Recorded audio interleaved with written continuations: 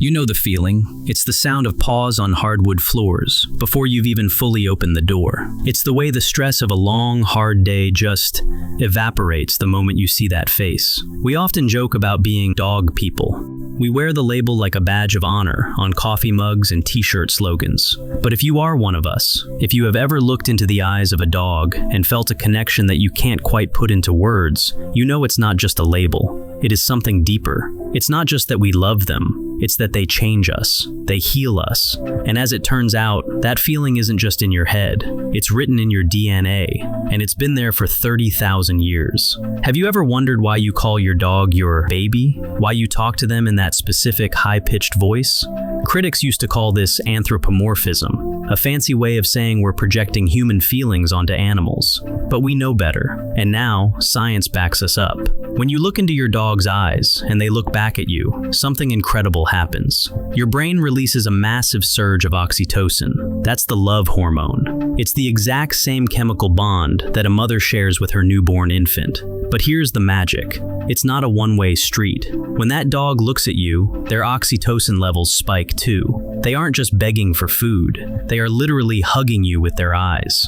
Dogs are the only animal species that has evolved to hijack this human bonding system. So when you feel like they are your child, biologically, your brain believes they are. You aren't crazy, you're a parent. This love story didn't start in a pet shop. It started in the wild, tens of thousands of years ago. Think about that. Before we built cities, before we invented writing, before we even figured out farming, we had dogs. There's a beautiful theory called co-evolution. It suggests that we didn't just tame dogs, we grew up together. We shaped them, yes, but they shaped us too. The humans who learned to cooperate with dogs were the ones who survived. We learned to read their signals, and they learned to read ours. Today, a dog can understand a human pointing gesture instantly, something even a chimpanzee, our closest relative, struggles to do. They know what we're thinking. They know when we're sad. We are two different species that learn to speak the same emotional language. We are evolutionary soulmates.